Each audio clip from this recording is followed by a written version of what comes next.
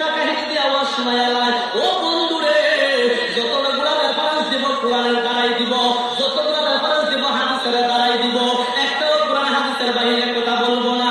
আমার আল্লাহ ওই কোরআনুল কারীমের আয়াতের ভাষায় জানিয়ে দিলেন, ও আমার বান্দারা, ওই দিনের কথা স্মরণ করো।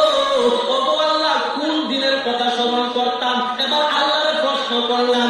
আমার আল্লাহ ডাক দিয়া কয়, কিয়ামতের দিনের কথাটা স্মরণ করো। ও আল্লাহ, কিয়ামতের দিনে মানুষ কি করবে?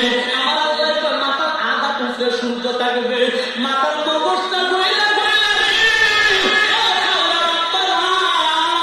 জীবনে কত গুনাহ করেছেন, বাবাই জানে না, মাই জানে না, এলাকার সরকারে জানে না, মুরব্বি জানে না, চেয়ারম্যানে জানে না, দুইটা ফেরেশতা লেখা লইয়া রাখছে, আল্লাহর দরবারে সাক্ষী দিব। বন্ধুরে, জীবনটা বড় রাত্রে ঘুমায় ঘুমায় কাটাইয়া দিলে, একটাবার নেক আমল করলেন না, একটাবার হকের পথে গেলেন না। আল্লাহ ওই দিনটার কথা স্মরণ করো, সেই দিনে আমি আল্লাহ কিয়ামত সংগঠিত করব।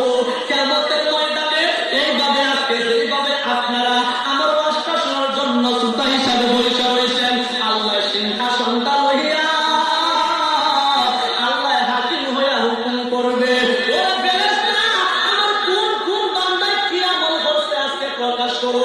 ফেরেশতায় ডাকিয়া কইব, আল্লাহ, হাওড়া গ্রামের অমুকের সন্তান তমুক মিয়া 50 বছর দুনিয়ার মধ্যে জীবিত ছিল, সে এই কাজগুলা করছে, এইটা করছে, এইটা করছে, এইটা করছে, এইটা করছে, এই কইতে কইতে